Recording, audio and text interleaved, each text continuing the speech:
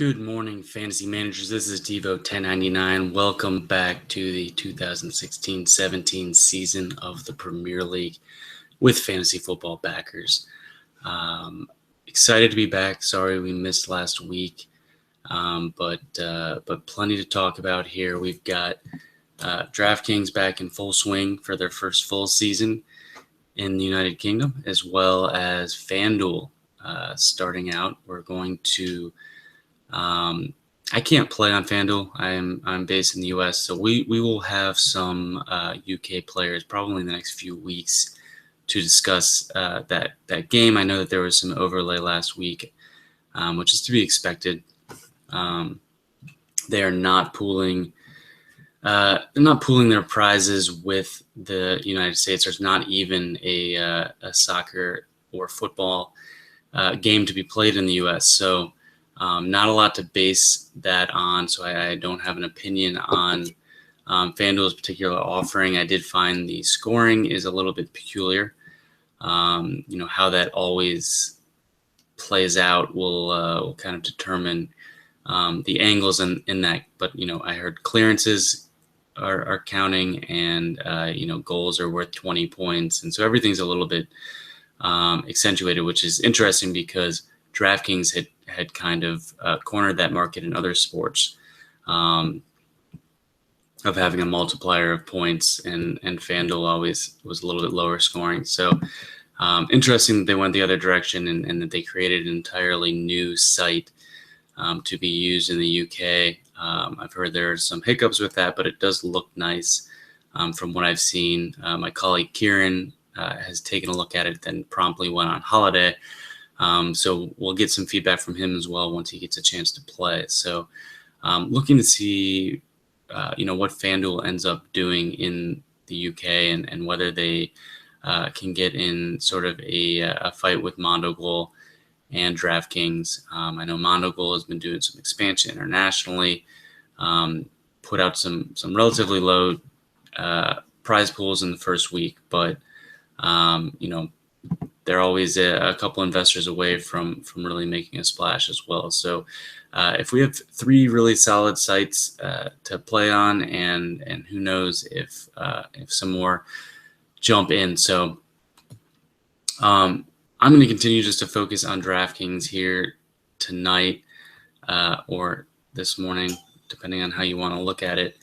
DraftKings made a pretty massive change between the first and second week, and I think for the most part I'm happy with it. I think it changes the game substantially. It's sort of a middle ground between the 11-man rosters / lineups that we played with last season and the changes they made over the summer during the summer tournament. So if you played in any of the Copa, which I doubt you did because it would have been way too early in the morning, UK time or the Euros, which you more likely did play, they moved to eight-man rosters, and that made the lineups a little bit more difficult. There was, needing to come up with two forwards out of 8 versus needing to come up with two forwards out of 11 was a pretty drastic difference, especially when there weren't the Gradles or the other crossing specialists that kind of gave you that floor at your forward spot that allowed you to get the higher end midfielders during Premier League. So it definitely made for some weird matches. I think it probably increased variance pretty substantially. But now we're looking at a different opportunity where we have a lot more wingers eligible at forward, which smooths out that as well and will make the traditional forward strikers less popular, particularly in cash games where you're looking for a good solid floor. In GPPs, I think that they may be very interesting because those are still going to be the players that are capable of getting 2 or 3 goals, and they're going to be much lower owned. Harry Kane, for instance, pops up in my head this weekend for their home match against Palace, who I thought looked pretty poor. Kane can score twice and take a bunch of shots and draw some fouls, and he can score 30 points. So, last week was a bit of a strange week. There weren't a lot of goals. I was very fortunate to win the high ticket GPP on Draftkings, really on the back of Eric Lamela, who I did not intend on taking before lineups came out. Then I saw Stecklenburg was in there. I saw that that Coleman was out, and so I thought that there was a good chance that Lamela could try to exploit Holgate for Everton, and I don't really rate Stecklenburg very highly. So I was, I think, fairly lucky to get that header, and he was very low owned. But I had a pretty solid team otherwise. Aguero, everybody had. So, but those were my only 2 goals on my team, and I had no assists. So you're not going to win many GPPs with that. I think that was pretty fortunate, and I think that that recency bias will lead people to players in their forward position that maybe don't have the ceilings that some of these strikers do, and they will look past that. And I think there's going to be a lot more goals this weekend. So let's I'm going to talk through that strategy as we go.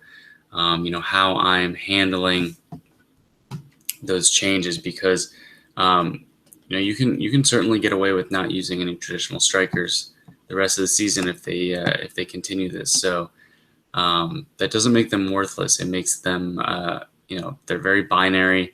If they don't score, it can be you're looking at a few points, but you also have to remember that there are going to be matches where we can be pretty confident that a team is going to score 2, 3, 4 goals, and if you're not involved in the goals, you could be left behind pretty easily there. So on that note, let's go straight to Turf Moor.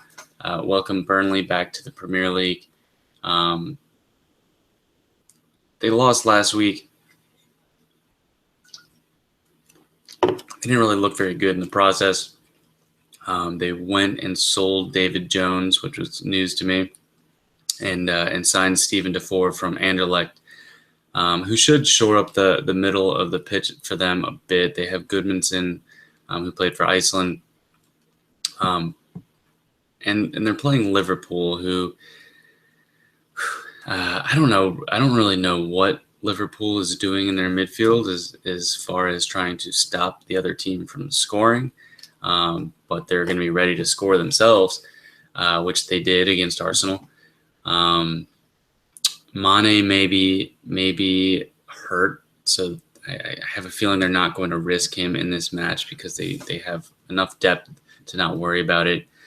Milner may play, but may play left back, and I think at his price that makes him prohibitively expensive, particularly with Jordan Henderson potentially taking corners and then maybe some indirects. Coutinho was great last match. I mean, the goal right before halftime was really an incredible shot. I'm not totally sold that he's going to be a consistent threat. We've seen some of this before. We saw him go down with a cramp, which sure looked like a hamstring that we're accustomed to watching him strain. So Liverpool can be tricky. Firmino is potentially a very good play as well. He's a good target man who also will lay off some balls and get assists. And he's certainly open to taking shots and will draw some fouls. I think with the diminished cross points, he'll get a couple crosses, but he won't get dominated in that category by some of these other wingers. So I'm looking at Liverpool scoring. I think Burnley is going to be overmatched by the top teams in the league, despite showing very well in Championship. And I think Liverpool is going to prove to be one of the top attacks. Whether they are well-rounded enough to prevent goals, we'll see. But so I like Coutinho. I'll probably play Coutinho and hope that he's involved in goals. I think Firmino is a reasonable option, though probably a tough cash game play given the flexibility that we have everywhere else. I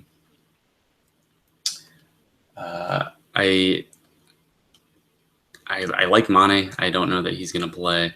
And then Klein, I think I could play at right back. I think he's going to be kind of living in the Burnley side of the pitch, and Henderson, I think, could be interesting. If Milner plays, that puts his set pieces in doubt, at least somewhat. Milner has a pretty good delivery. Henderson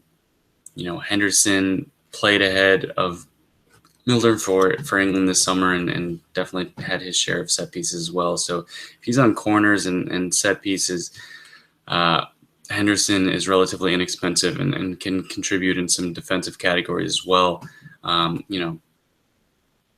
He's just 4,800 on DraftKings. So that allows you to get a piece of an attack that I think will fare very well all season, but in particular in this match. So on the Burnley side, I am probably going to avoid them. Goodmanson could be interesting if you think that Burnley is going to score.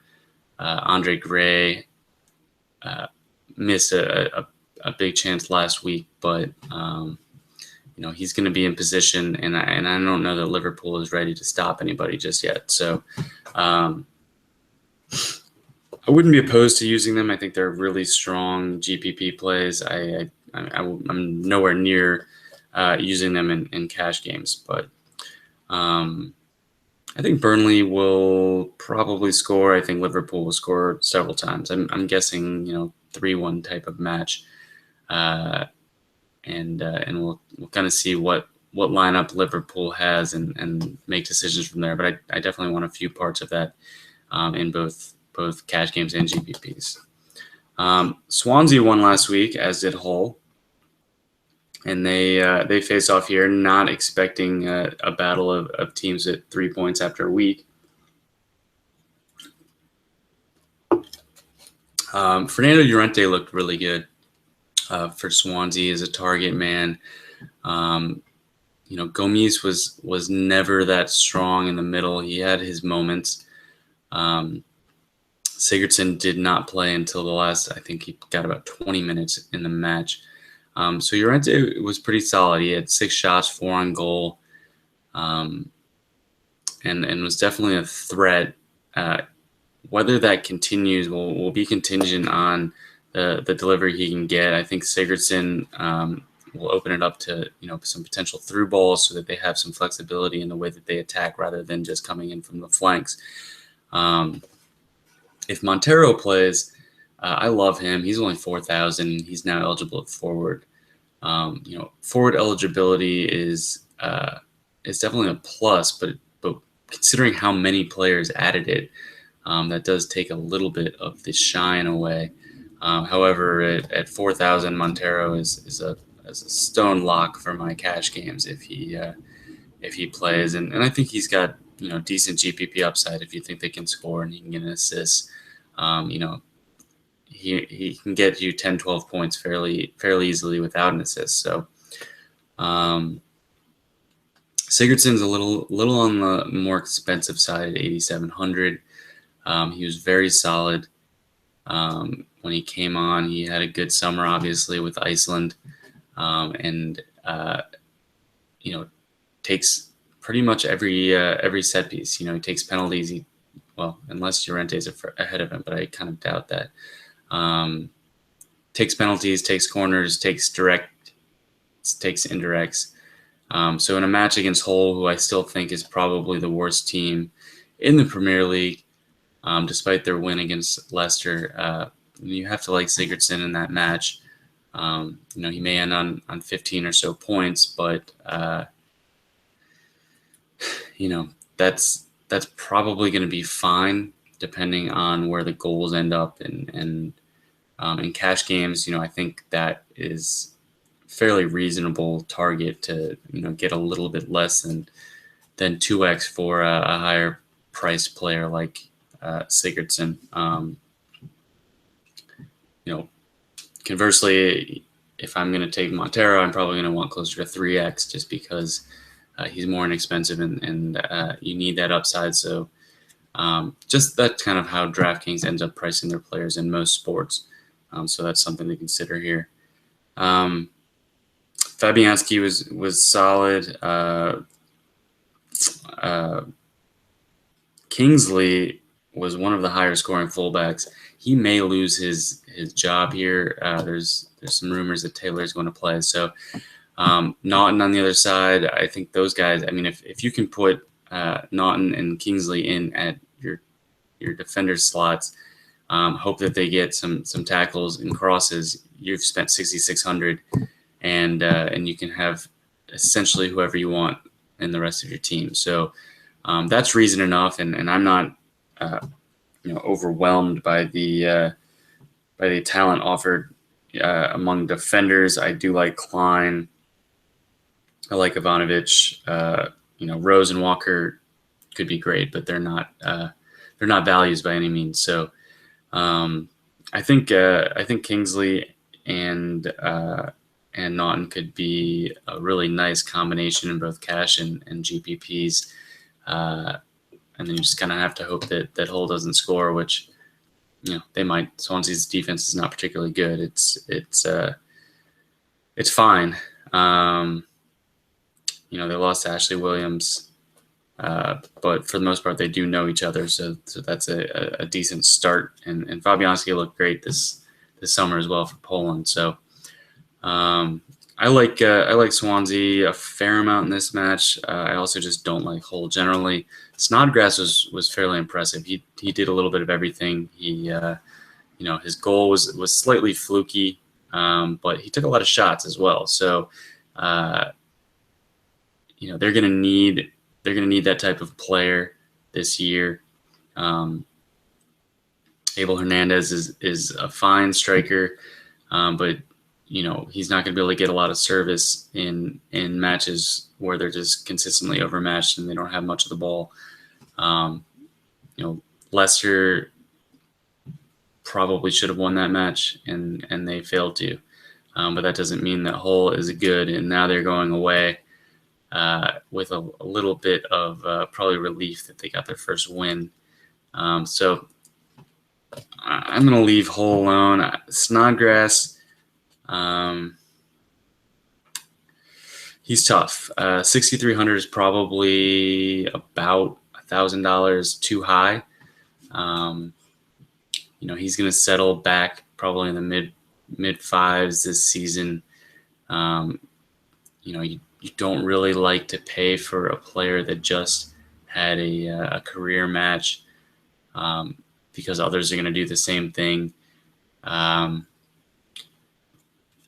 I just don't know how much Hull's going to score. So you're essentially looking for his peripherals, which he did very well in last week, and hoping he comes up with 12 to 15 points from tackles and shots and crosses, which could happen. So Snodgrass will be on my short list. It really kind of depends on whether I can find a midfielder or forward that I'm comfortable with that's kind of in more of the 4,000 to 5,000 range, which we discussed Montero. We've got a few others that we will discuss as well, and then just whether you prefer him to Townsend this week, to Oscar, to Mane if he plays.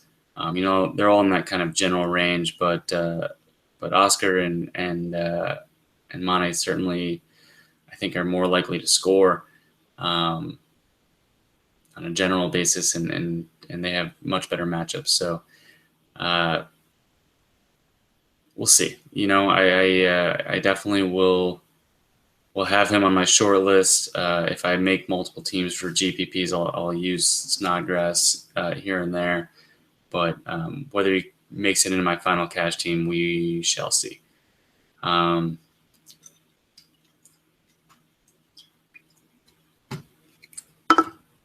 part of my question there is, in addition to Liverpool, Tottenham should have their way with Palace at White Hart Lane.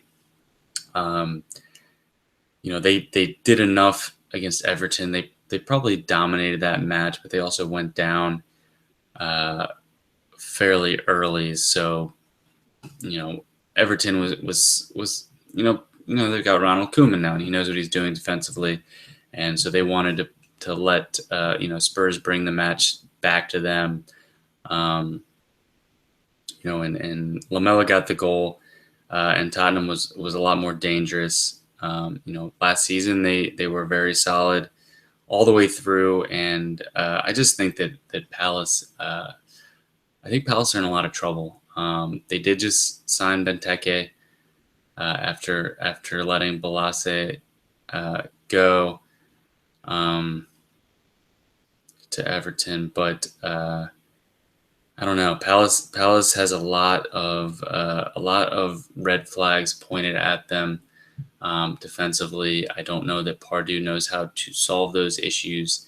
And I think Spurs are going to be primed after just getting a point to take care of business at home, and I really like them this week. Across the board, I probably won't take Vorm because I don't think Palace will offer much threat, and I don't know.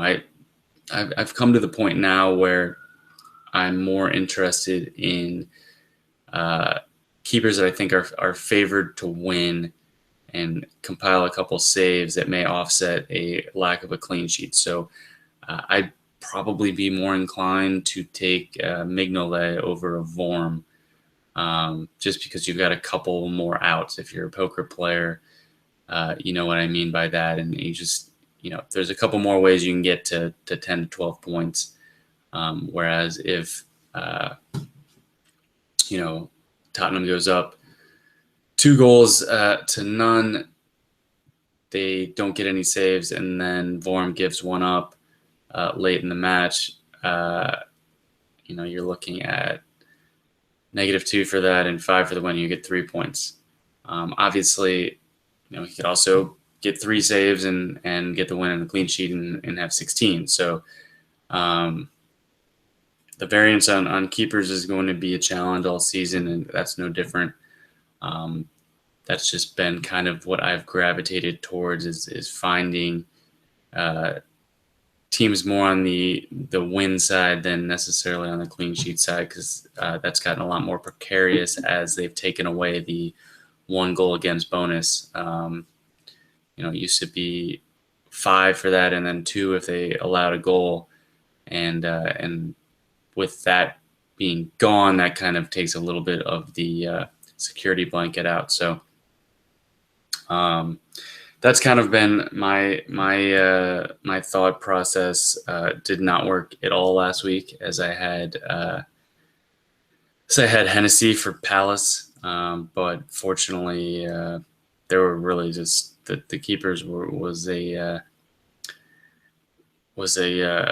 gravesite last week, as the only keepers that won were Fabianski and Foster from West Brom, and then Caballero, who I don't know if too many people had him.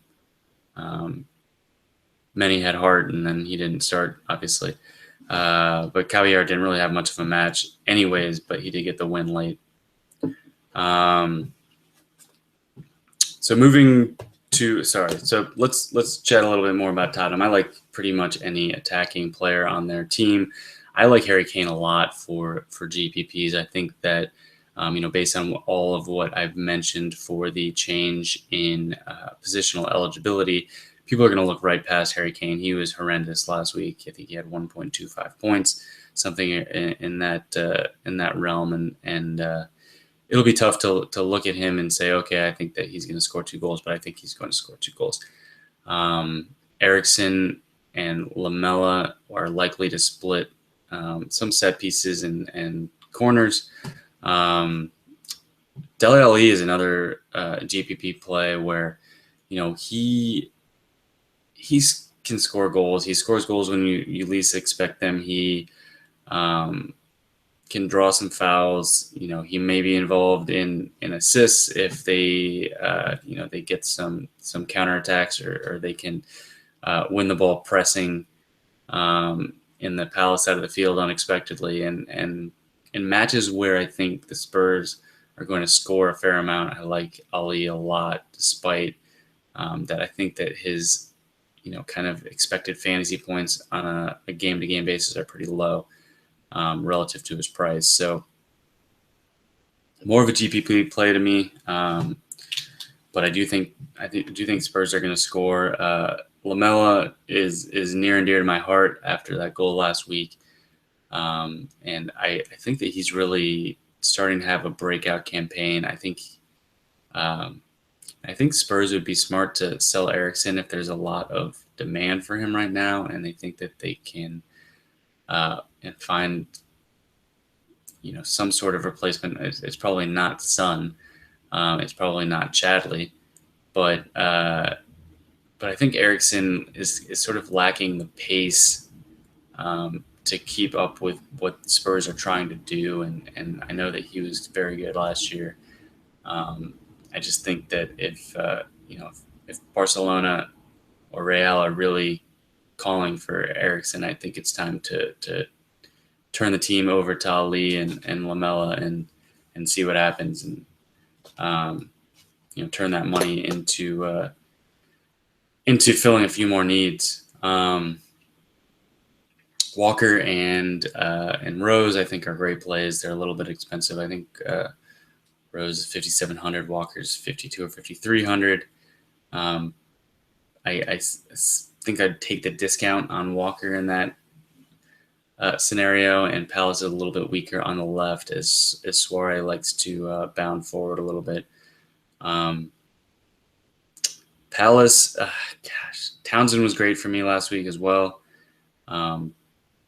I don't know that I would ever use him in a match like this. I look at Spurs as a very, very difficult matchup, particularly when you have to go to White Hart Lane. They're going to be pressing and trying to prevent crosses, which are very cheap points for Townsend. He may draw some fouls, he may take some inefficient shots, but at 6,700, you have to think that he's capable of scoring, and I'm not sure I think that's the case here.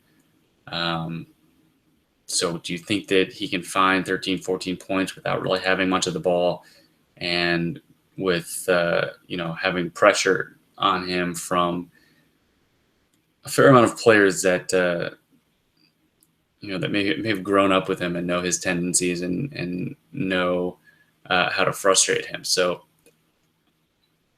I'm sure he'll be owned. I'm sure people will want Townsend on their team. I am not one of those people, and I'm pretty adamant about that. I don't think I would even play him in a GPP. I don't see that as having tremendous upside, just because I don't think Spurs are just going to go and cave and end up in a 3-2 match against Palace, particularly the version of Palace that we saw last week. So that's a long-winded explanation of my Spurs love this week, and as an Arsenal fan, I must mean it if I'm backing Spurs here. Moving on to Watford and Chelsea. Watford did nothing to shore up their defense. They're overly reliant on Deeney and Ighalo, yet they have no midfielders really to provide them service. So, I like Amrabat. I think he's got some potential, and he's inexpensive, but Chelsea's not the match for that. Chelsea looked kind of back to their old selves under Conte. They've got some questions in their back line. It's a bit aging and a bit lacking pace. So Ighalo could certainly give them some trouble if they can get him the ball. But I think, Conte and Matic are going to prevent that from happening. So I'm looking at Chelsea in this match, and any of their midfielders I think would work. Hazard came on towards the end of last season after just completely no showing the first half of the season while the team imploded. Willian and Oscar as well. Oscar's the cheapest of the three. I think he's got a nice floor. He gets some tackles. He plays fairly tough defensively, and he'll take some shots. The problem being that penalty duty was given back to Hazard, and Willian, I believe, took all of the corners while he was in the match last game. So it's a tough trio there, and I think that it's easy to be wrong. Willian will take some shots as well. He kind of has that shot cross thing going. He's probably going to take all indirects and corners based on what we saw in the first match, which if they have the ball as much as they did in the first match, and they should against Watford, he's going to be pretty solid there. I just don't know. I don't know where his upside is right now with Oscar and Hazard also kind of demanding the ball more than they did last season. Hazard was just kind of irrelevant, and so Chelsea was forced to attack down Willian's side almost every match. That's not really the case anymore, so that's going to take away a fair amount of Willian's upside. But I don't know. I'm torn. I like all three players right now. I think that it's a good time to continue watching Hazard go up. He could be a player that's 10,000 sooner than later, and right now he's 7,800. He looked good for Belgium, and he just kind of seems like he's more towards the player he was 2 seasons ago. That still doesn't mean that he has a high floor. He takes some shots and an occasional cross, but nothing like Willian there. So that's a bit of a challenge. His scoring odds are going to be much higher, and he's going to draw a fair amount of fouls. So, gun to my head, I think I take Hazard over Willian. In cash, I might take Oscar over both of them, just because he's cheaper. Though Willian in cash, I'd probably take over Hazard. I don't know. It's tough.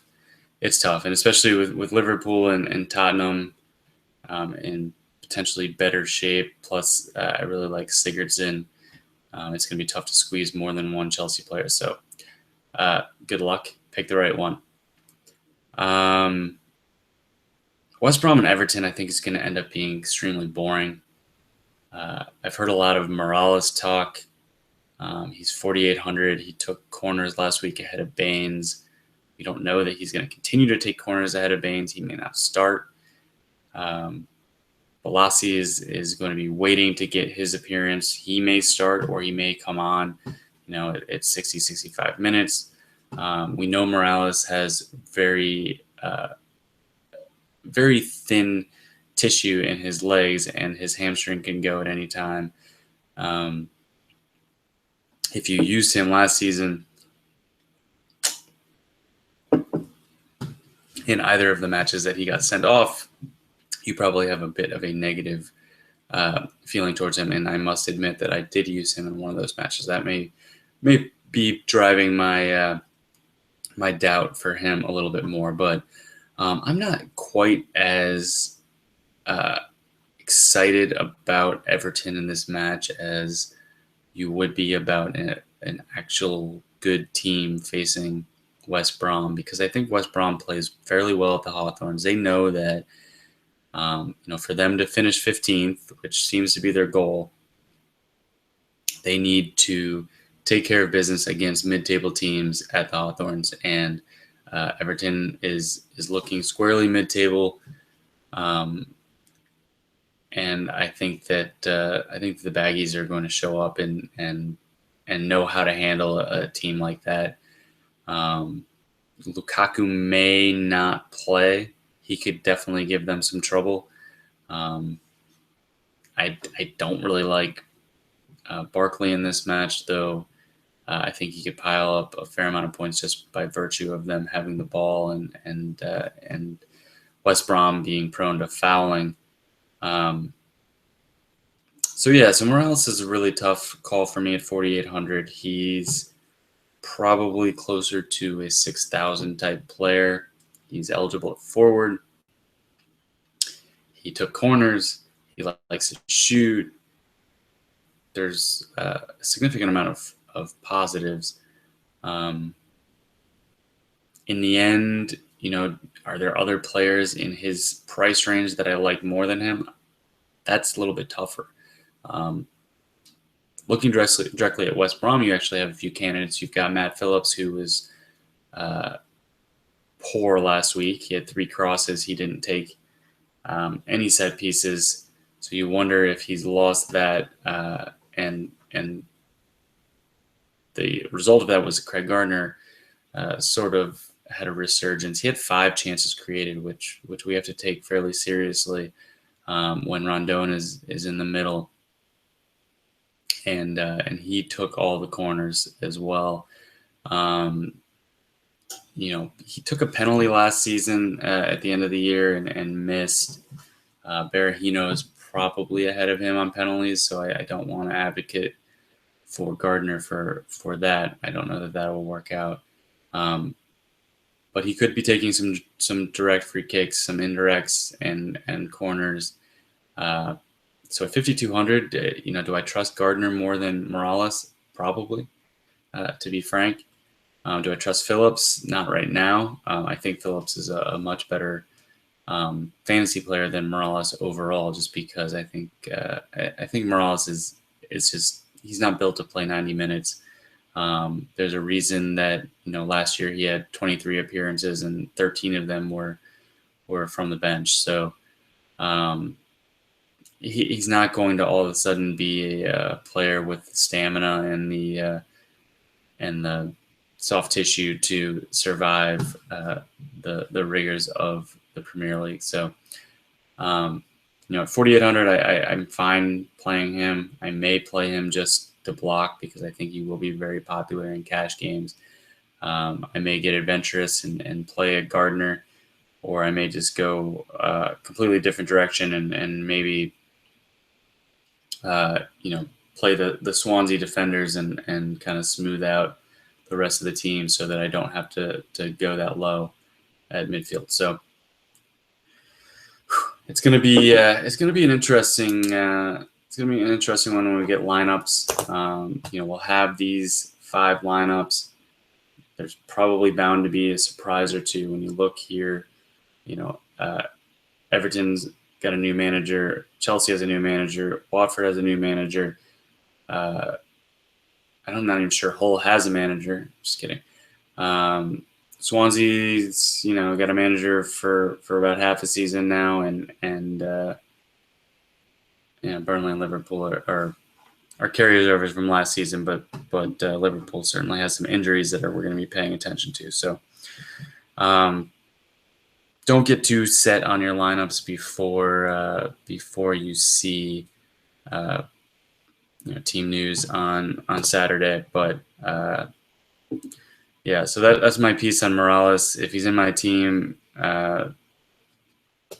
don't be upset with me, but I think there's a lot of certain caution flags here, despite some positives from last week that will cause a lot of managers to use the savings to squeeze him in, along with his forward eligibility. So the last match of the Saturday slate is Leicester hosting Arsenal. We've got the defending champions against a team that can't get out of the top four despite their efforts.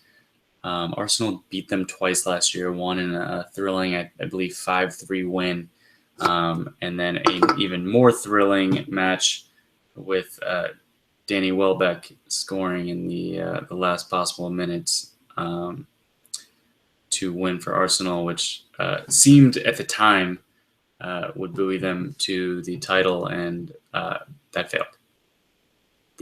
Pretty well, but they still surpassed Tottenham at the end of the season. So Arsenal's lineup will be tricky because we still don't know exactly what Wenger's willing to do with the guys from the Euros, Giroud, Ozil, and Koscielny. Koscielny won't really factor in too much in our decisions, but if Koscielny's not in, he seems the most likely to be risked. However, if he's not in, that makes Vardy and Mahrez so much more attractive. Because if they get to go against these inexperienced center backs that just really struggled against Liverpool, I think they're going to be chomping at the bit. And, even at those, 9,900 for Mahrez is pretty steep, 9,400 for Vardy. So I don't think you can really plan for those in a cash game. But, if you're playing in GPP and you can figure out some ways to save money, I think leaving a few spots open for this match could be a very prudent play because Arsenal lost Iwobi. They also lost Ramsey. They may not have Ozil back. They may not have Giroud back. So we could be looking at a front line there with, Alexis, Walcott, Ox, and Cazorla. And if Cazorla's in there, he had 2 assists in 20 some odd minutes, maybe 30 minutes last match. Leicester's fine conceding possession. Arsenal loves to have possession. And so Arsenal could be living in the Leicester side of the pitch, and Leicester has no problem allowing crosses. So if Cazorla, if Arsenal is getting fouled consistently and Cazorla is sending in indirects and getting corners and 7,000, he's reasonable, and you'll look at the bench and see are there players that Wenger would trust to come on for Cazorla in an attacking role, and I don't know who's left if those players that I mentioned are not going to be available. So Cazorla is a bit of a sleeper. The problem with him is if you wanted to leave one spot open in cash for Cazorla and then he didn't play, you've got Walcott at 6,400 is probably your best option.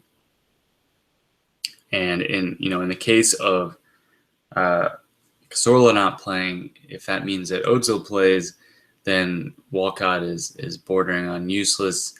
If Cazorla doesn't start, I don't know who plays the 10 with Iwobi and Ramsey out.